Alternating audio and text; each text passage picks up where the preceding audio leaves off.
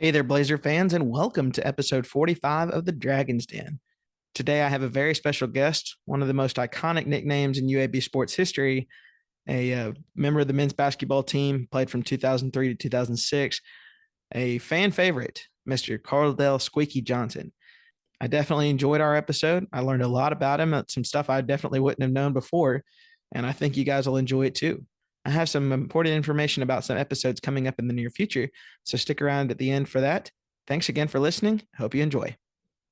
All right, Blazer fans, I've got my guest here for episode 45 of the Dragon's Den, a former UAB basketball guard for the men's basketball team, Mr. Carldell Squeaky Johnson. Squeaky, how you doing today, man? I'm doing great, man. I just had my baby girl. She's about two days old as we speak, so it's really a great feeling, a great day. Great time to have me here. I got a lot of emotions going right now, so I'm excited. That's fantastic, man. Congratulations. I know the Blazer faithful are definitely happy to hear from you. It's been a while. It's been about almost 20 years. It's hard to believe, man. Man, listen, it's been a long while. I got my hair bald now, cut my dreads off, and I've been back for several reunions. So I've seen a couple guys and a couple old fan faithfuls. So it's been good to be back a couple times here and there. Well, I'm definitely glad to have you on, man. You were a childhood idol for me, pretty much. I grew up watching you, so I'm glad to have you on, and I can't wait to get some of these questions and hear some of your behind the scenes stories, man. Wow, that's awesome, man. I'm glad to be here. Appreciate you having me. All right. Well, so you're from New Orleans. You played your senior season at Marion Abramson High School in New Orleans. You went on to play one season at Salt Lake Community College before coming to UAB. What was life like before UAB, and what was the journey like to get to UAB in your eyes? The journey was rough. My first 3 years of high school, I played at John F. Kennedy, which was the premier school in New Orleans, Louisiana. I think we were ranked top three in the state each my freshman, sophomore, and junior year. And my dad passed away the summer of my junior year. So after that, I transferred to Marion Abramson High School with my AAU coach, who was more like a mentor and father figure. So that's what led my journey to Salt Lake City Community College. Okay.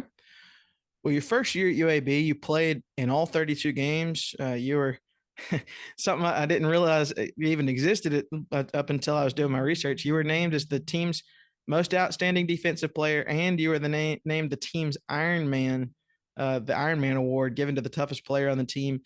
You led the nation in assist to turnover ratio. You ranked third in Conference USA in steals per game. You had it.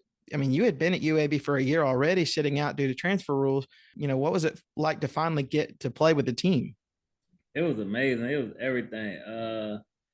It was one of those things like I was honestly I was jealous, the first part of it because I felt like I belonged there. I felt like I supposed to be on the court, and when my time came, I was just just hungry, man. I just wanted to do whatever it takes to get on the court. And I think Iron Man was part of it. I was diving on the floor, taking charge, doing everything possible to stand out in other ways than scoring. Okay. One game later in the season was an upset at number 17 Cincinnati at Bartow. You guys won 80-69. Cincinnati's head coach at the time was the legendary coach Bob Huggins, and he had this to say after the game, and I quote: "To me, Squeaky Johnson was the MVP. He took 4 or 5 charges, made a ton of hustle plays. He didn't make a field goal, and I thought he was the best player on the floor. He got them into their game and didn't get rattled." What's it like to hear that, and what do you remember from that game? I remember the next day going to school or while going to class and people coming up to me and mentioning like, man, Coach Huggins said this about you. I remember going, wow, this is amazing. I cannot believe it because in my mind, all I was thinking was just go out, play hard, just do all the little things. And to hear such a compliment from Coach Huggins was everything to me because I feel like they had all the best guys in the country and all the guys that, were ranked ahead of us. And for to get a compliment like that was such an amazing feeling. Okay. Well, you guys, you made the postseason. You got bounced, unfortunately, in the Conference USA tournament by DePaul, but you still made the NCAA tournament. Your first matchup was against Washington in an 8-versus-9 matchup. What was that game like for you, and what was it like defending Nate Robinson? Honestly, man, being from New Orleans, like we didn't keep up with basketball like that. So I was more upset that I wasn't able to go home for spring break.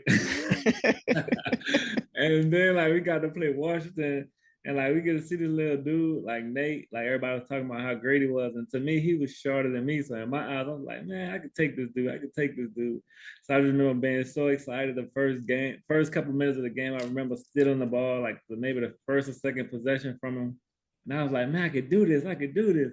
And then I just remember at the end of the game, they say he had like 26 points or something like that. And I was like, man, like when did he score all these points? I remember taking a charge, just getting them rattled. But that's just how basketball is, man. You can just be stuck in your own world and just think you're doing what you're doing. But it was fun time, and fortunate for us, we was able to get the win. Well, the next game was the big one, number one Kentucky. You had to face Gerald Fitch and I could be butchering his name, but Kalina Azubuike. In the final minutes, you had two big plays. The first was a steal and an assist to Demario Edens to tie the game at 69, and that was with 159 left. And of course, you had the assist to Mo Finley on his game-winning shot. Do you remember any talks in the huddle going into those last few minutes? How often was that final play drawn up? Like, what do you remember? I remember not knowing who those guys were, not having social media, not really being a big fan of just Kentucky, like not in a disrespectful way, but it's just that like I just didn't understand the moment or the magnitude of the situation. I was just there playing. Like I said, I was wanting to be back home in New Orleans.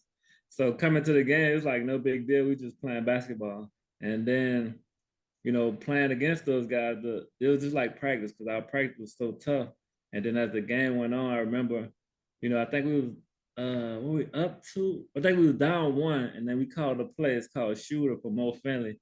And I just knew he was gonna make the shot, man. I remember dribbling left and then coming back right. He come off the other side. I remember kicking it out to him. He shot fake, took one dribble and shot it, man. It was just like so cool seeing it go in because it's just like taking our practice to the game, something we did all the time, and to see it go in at that moment, it was really cool to see. That's awesome. Well, what was the celebration like with your teammates and coach? Man, I never seen Coach A so ecstatic, man. It was like, man, I told y'all we could do it. I believed it. And then to see Mario jumping up and down, he was a good friend of mine. Mo, Sid, Ball, all those guys just believing. And meanwhile, me, I'm just sitting here wishing I was at home. I was like, what we just do? And then once we got back to the press conference, the media, I just see all the cameras and how big of a deal it was. Then I started to realize, like, man, this is a big deal. Yeah. Well, the following week, the season ended in the Sweet 16 to Kansas. How did you feel after your first season playing at UAB? I felt great, man. It was like a dream come true. When my dad passed away, we always talked about playing Division I basketball, and to be able to be out there and actually do it and do it on a big stage and produce, it was just amazing. It was like a sight to see, and a moment I wish my dad could be there with me for sure.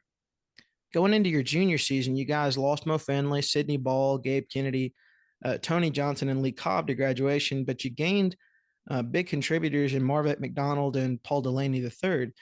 You maybe struggled a little bit more that season, but you did have a few highlight moments when DeMario hit the buzzer beating three-pointer and to beat DePaul in the Conference USA tournament. And then you got to the first round of the NCAA tournament. You got a win over LSU.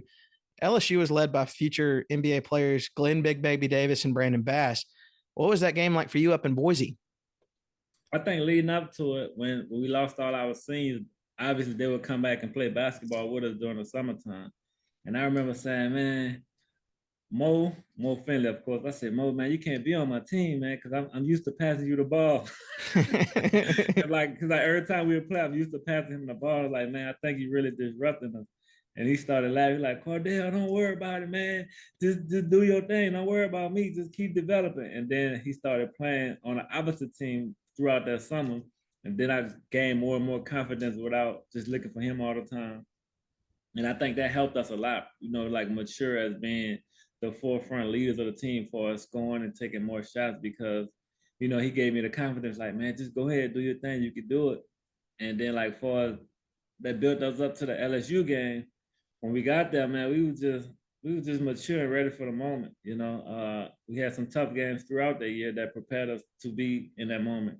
So I'm gonna ask you one that's a little off script, but I went back and I was watching some old videos of you, and from that LSU game, man, it was like you were all over the place. You were getting all over those guys, and then like it seemed like they'd have an easy break down the court, and you'd come out of nowhere, and you'd like your form was just flawless, man. You were it was incredible. And wow. one of the plays, the guy was breaking down the court and he was about to go for a layup. I think you like knocked it out of his hands and you like ended up going out of bounds and he was so frustrated. What was it kind of like to get that mental edge over your opponent and kind of what went into your form when you were going for steals? So actually, we played them the year before, and I remember not playing as much. And Tack was just having his way, having a great game, just getting to the paint, doing everything he wanted. And obviously, it was in New Orleans, Louisiana. All my family was there. It was like, man, Squeak, if you would have played, if you would have gotten the game more, you'd have disrupted them. You'd have did this, you'd have did that. And I just remember being so frustrated about it. And I just like, when my time come on, I'll be ready. And then that led back to we end up playing him in the tournament. And it was like, man, everything he did the exact same thing early in the season when we played him. And I just knew what he was going to do. And I was just really prepared and it worked out for me. Nice. Well, your senior season, you guys saw the addition of several new contributors like Win Makubu and Lawrence Kennard. You guys got started off on a strong 14-3 start, including a revenge win over Oklahoma State at Yeah. home on national television. You guys lost to them the year before. You also set a school record for steals in a game with 12 versus South Carolina State on November 27th. What was it like? What was the feeling like on the team that season, and what was it like for you personally trying to finish out your college career? I just wanted to go hard, man. I remember just like I got to a point where I just felt like nobody could dribble the ball on me. It's like a lost art, like defense, where you just go hard as you can and just your goal is just to take the ball from the opponent. And I just remember being like so focused on that because at the time I wasn't as confident in my scoring ability. So I felt like if I just take the ball from him and go make a layup, I'll be good. Yeah. Well, you guys also had a huge victory over number 3 Memphis late in the year that year, 80-74. That was technically your second game where the fans stormed the court at Bartow. What do you remember about that big win over Memphis team that featured 6 future NBA players? I remember that. I remember that game vivid. I remember off the tip, I just was so ready, so excited because Hurricane Katrina had happened, and all my family was in town. Like my whole neighborhood was there, and I just remember as soon as we got the jump ball, I remember I just come across half court, maybe took 1 or 2 dribbles and just shot it like, we got this. And then I think the next possession down, I just came down, shot it again, like, man, we gonna win this game no matter what. And I just feel like I just willed us to victory because offense wasn't my forte, but that game I just was locked in and ready. That's awesome. Well, unfortunately, UAB lost in the Conference USA Championship game to Memphis and lost to Kentucky by 5 in the first round of the NCAA tournament. But you were also a nominee for the Bob Cousy Award, given to the nation's top point guard to finish out that year. Even though your season might not have ended the way you wanted it to, how do you look back on your career at UAB? I mean, coming from a guy who had to walk on and pay his own way to get a Division I scholarship and finishing a scholarship to be a nominee for the Bob Cousy Award, which is given to one of the top point guards in the country, felt amazing. It's like you rewarded for all your hard work, and that's one of the things I won't take for granted because I literally started from nothing and built myself up to one of the nation's top guards. So I felt like it was well worth it. What was it like playing for Coach Mike Anderson? I know his style of play was that he came from that 40 minutes of hell kind of defense with Arkansas, and he brought it to the fastest 40 minutes in basketball at UAB, and it really seemed to work out in your favor. But what was it like playing for him, either personally or as a player?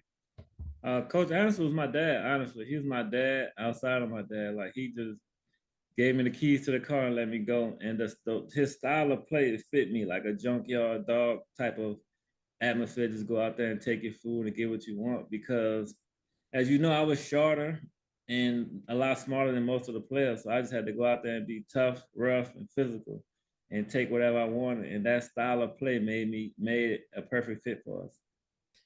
Well, it's safe to say you were a journeyman after college. You started playing out overseas in Belgium, You came back across the pond and played in Mexico. Then you went on to play for the Austin Toros, the NBA G League team for the Spurs. You went back to Mexico, came back to the Austin Toros, and then you went to the New Orleans Hornets for a little while, and then came back to the Austin Toros. Uh, then in the tail end of your career, you ended up signing on to play for a team in Venezuela.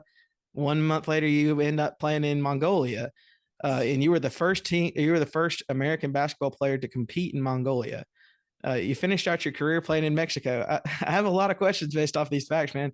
First, what was it like playing in Belgium and then work your way into the G League? Man, Belgium was everything a kid could want.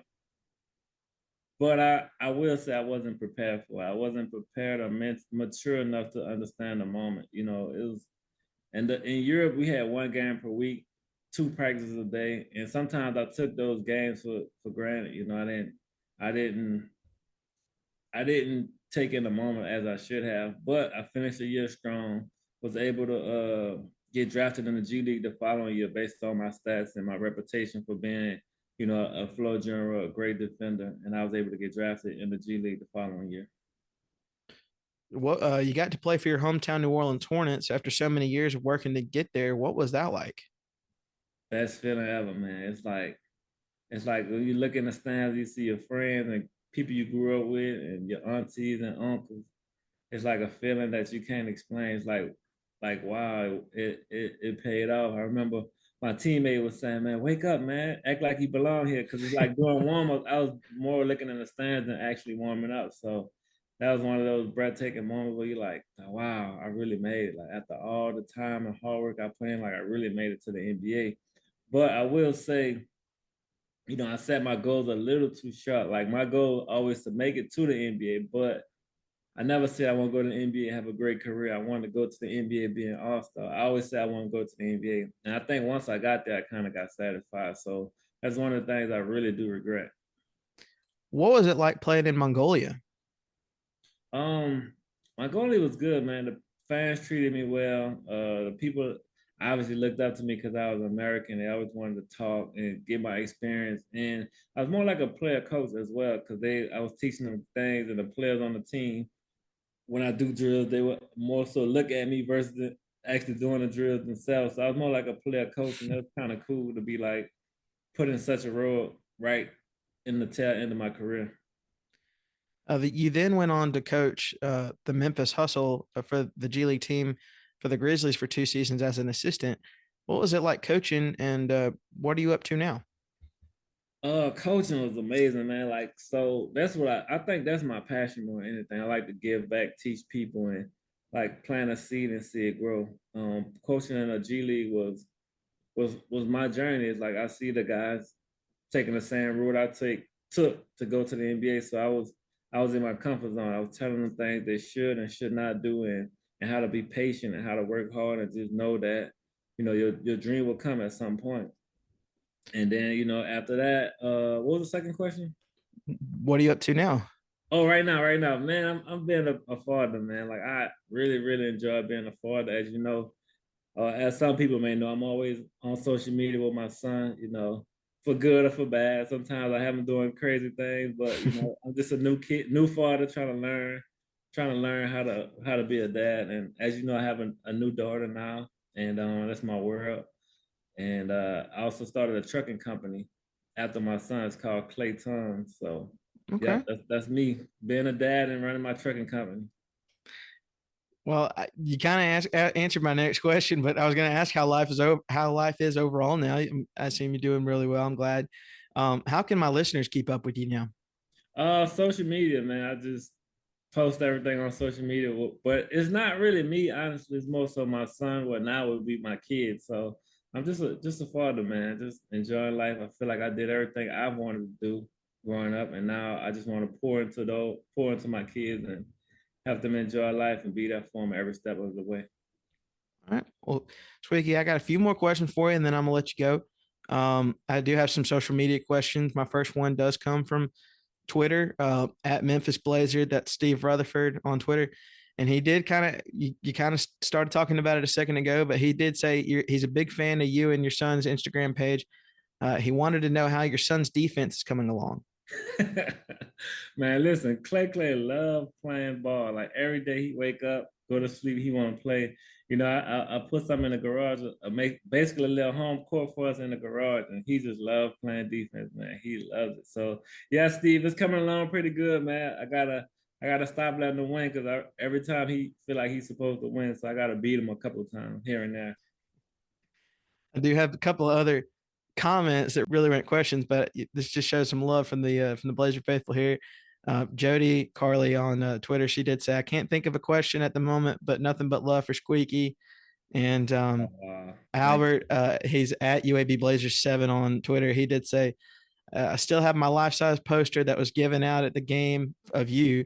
That 3-point shot he made in the NCAA tournament game against Washington is still one of my favorites.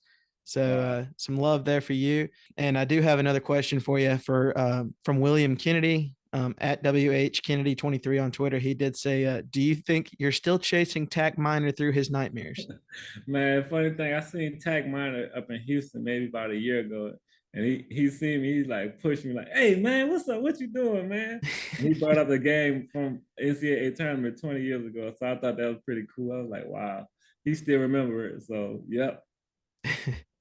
And Squeaky, I got one more question. It's a lighthearted question, something to keep you on your toes, something a little off basketball related, but I've asked it before with one of my other guests. I kind of want to get your opinion, see where your head's at on this one. But if Okay. you could have dinner with three people, any three people from any time in history, who would you want to have dinner with and why?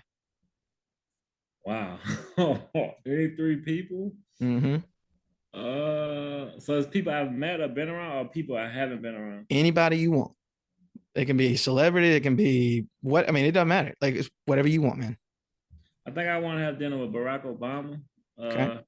For sure. I want to talk, would like to talk about, things that how he set his goals so high to actually be a president of the United States.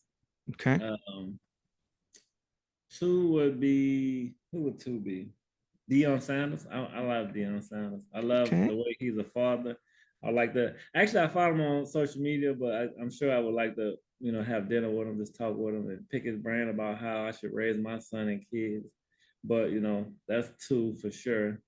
And three would have to be maybe Damon John, the entrepreneur from Okay. Shark Tank. All right, man. How to take business losses and how to grow your business and things of that nature. Appreciate those answers, man. I like those. Yeah. Well, Squeaky, man, I loved having you on. As a kid, I don't know if you ever remember me, but I was one of the ball boys on the court for you Yeah. guys when you were around. So, Right. but man, I loved watching you play. I know the Blazer faithful love watching you play, and it's good to hear you're doing well. And congratulations on the new baby again. But thank you so much for being on, man. Man, thanks for having me. I really appreciate you guys. I appreciate the love and definitely look forward to coming back to some games soon. Definitely, and go Blazers. Thank you. Go Blazers. All right. I want to thank Squeaky so much for being on. I definitely enjoyed having him on as I mentioned, he's a childhood idol for me.